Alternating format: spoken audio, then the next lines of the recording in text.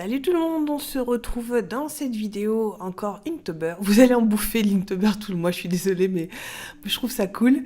Bref, voilà, on est là sur le jour numéro 5, si je me souviens bien, et le thème de ce jour-ci, c'est le trésor ou les joyaux. Et j'ai pris un petit peu des deux, j'ai fait Iris qui est sans doute tombée sur un coffre plein de trésors, plein de joyaux, et évidemment, faut qu'elle teste tout.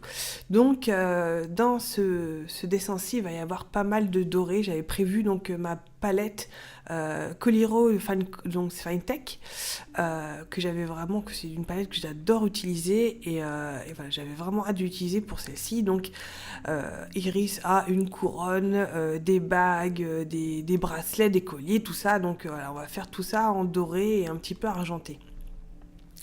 Alors celui-ci, j'avais fait le croquis en fait au travail, donc vous ne le verrez pas, vous verrez que l'ancrage et ensuite donc l'ancrage carrément à l'encre de Chine ensuite. J'ai été un petit peu embêtée par évidemment la lumière qui vient de derrière moi, j'ai la fenêtre qui est juste derrière, et le soleil a décidé de pointer le bout de son nez alors qu'il n'était pas là depuis le début de la journée. Alors, je suis plutôt contente de ce dessin-ci. Je pense que je commence à choper le visage d'Iris. Contrairement au jour numéro 1, vous pourrez comparer. Enfin, je préfère en fait cette version-là. Et voilà quoi. Et j'ai l'impression que j'ai toujours un petit peu du mal à cadrer mes dessins, dans le sens où j'ai toujours la main là, qui est quasiment au bord du papier. Et j'utilise pas forcément bien non plus le format, vous voyez qu'il y a de la place en bas, mais bon bref, c'est pas bien grave. Sinon, quoi dire sur cette pièce-là? Pas grand-chose d'autre, donc j'ai encore utilisé du lavis comme d'habitude, mes stylos feutres, enfin mes brush pens en fait, donc de Kuretake et Pentel. Et évidemment de l'encre de Chine. Et cette fois-ci, l'encre de Chine, je crois que je vais vous la montrer d'ici peu. C'est de l'encre Kuretake aussi que j'ai acheté. C'est une grosse bouteille que j'ai achetée, donc je vais en avoir pendant pas mal de temps. Je pense que je vais vous la montrer dans peu de temps. Voilà, c'est ça. Et elle est plutôt assez foncée, et j'ai encore un petit peu de mal à doser tout ce qui est proportion entre l'encre et l'eau pour voilà, essayer de faire comment dire, un bon lavis, et enfin de gérer le gris qui soit foncé ou clair. J'ai encore un petit peu de mal. Évidemment, j'ai encore du mal à gérer aussi mes lavis pour que ce soit assez homogène. Bon, c'est un truc que je pense que je vais apprendre tout au long de l'Inktober. Donc peut-être que à la fin du mois, je serai meilleure que ça. Je pense qu'il faut mettre un petit peu plus d'eau pour éviter que ça sèche trop vite en fait. Et là, la principale difficulté, c'est qu'il y a des coins et des recoins un petit peu partout. Donc, je suis pas une habituée des pinceaux. Je pense que ça se voit. Moi, la peinture, ça m'a toujours beaucoup intimidée depuis que je suis toute petite. Et du coup, voilà, je suis un petit peu maladroite et pas forcément très précise avec mes pinceaux. Mais bon, voilà, ça c'est pareil. Je pense avec l'expérience et avec l'utilisation, ça va s'améliorer au fur et à mesure.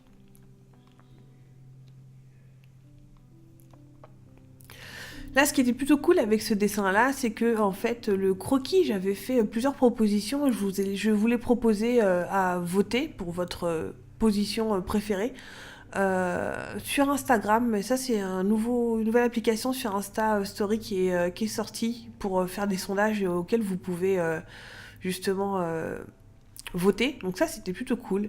Peut-être que j'en ferai pour les prochains si justement il y a d'autres jours où j'hésite un petit peu à quel dessin faire.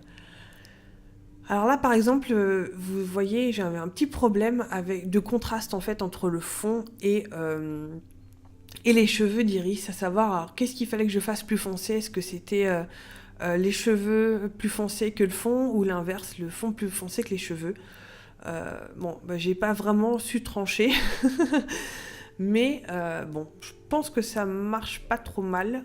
Je sais pas ce que vous en pensez, mais bon, après, c'est toujours améliorable. Mais je pense que c'est des trucs, c'est mieux d'y penser avant. Et j'ai tendance un petit peu, par manque de temps, à essayer de sauter un petit peu trop vite dans le dessin, et puis faire prendre les décisions au fur et à mesure, ce qui est des fois pas forcément le meilleur, la meilleure des choses. Mais bon. Là, j'utilise beaucoup mon, je sais pas comment on appelle ça, un water brush. Enfin, c'est un espèce de pinceau donc où vous avez une recharge d'eau à l'intérieur et donc vous pouvez l'utiliser donc avec de l'encre ou avec de l'aquarelle. Et ça, c'est plutôt pas mal pour mettre les aplats de couleurs et de la vie avec du gris plutôt clair. J'aime bien utiliser ça pour le personnage et plutôt les vrais pinceaux pour le fond ou ce genre de choses. Je sais pas, j'ai l'impression que je suis plus à l'aise.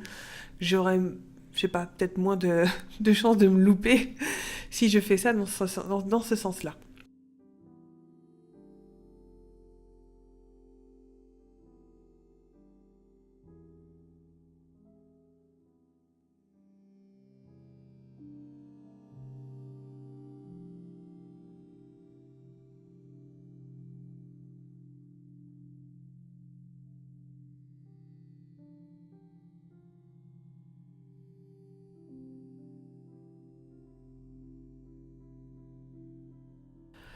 Voilà, donc à partir d'ici, j'ai sorti donc ma palette de doré de chez Coliro Colors et j'ai décidé d'utiliser que le premier et aussi le dernier, l'argenté là que vous voyez à droite. Alors c'est une palette qui est un petit peu spéciale. En fait, je pense que c'est de l'aquarelle hyper pigmentée et du coup il faut mettre quelques euh, gouttes d'eau donc dans la palette et laisser la peinture absorber l'eau pour que justement elle s'active si vous voulez. Et ce qui est vachement cool avec cette palette là, c'est qu'elle est hyper pigmentée et elle peut être très très opaque justement si elle n'est pas trop diluée. Donc là je fais des essais donc sur ma feuille à côté. Elle a je trouve qu'elle a un tout petit peu elle reste quand même un tout petit peu transparente. Euh, mais elle reste hyper pigmentée. Vous pouvez faire quelque chose assez couvrant.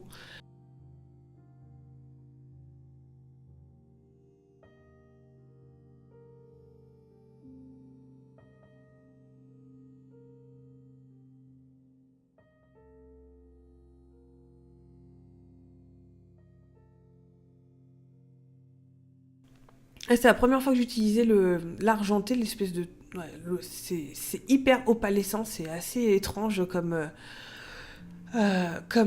effet, mais c'est un truc que j'aime vraiment, vraiment beaucoup. J'aimerais bien utiliser ces palettes-là et j'en ai une autre aussi, une autre avec des couleurs. J'aimerais bien les utiliser un petit peu plus souvent sur mes dessins. Peut-être pas Inktober, mais peut-être d'autres illustrations après, quoi. En tout cas, c'est une palette que je conseille vraiment. Elle est hyper agréable à utiliser et ça donne des effets géniaux, vraiment. Allez, cette fois-ci, je vous laisse pour de bon profiter de la fin de la vidéo et on se retrouve pour une prochaine vidéo là, je sais pas, dans quelques jours. Allez, ciao!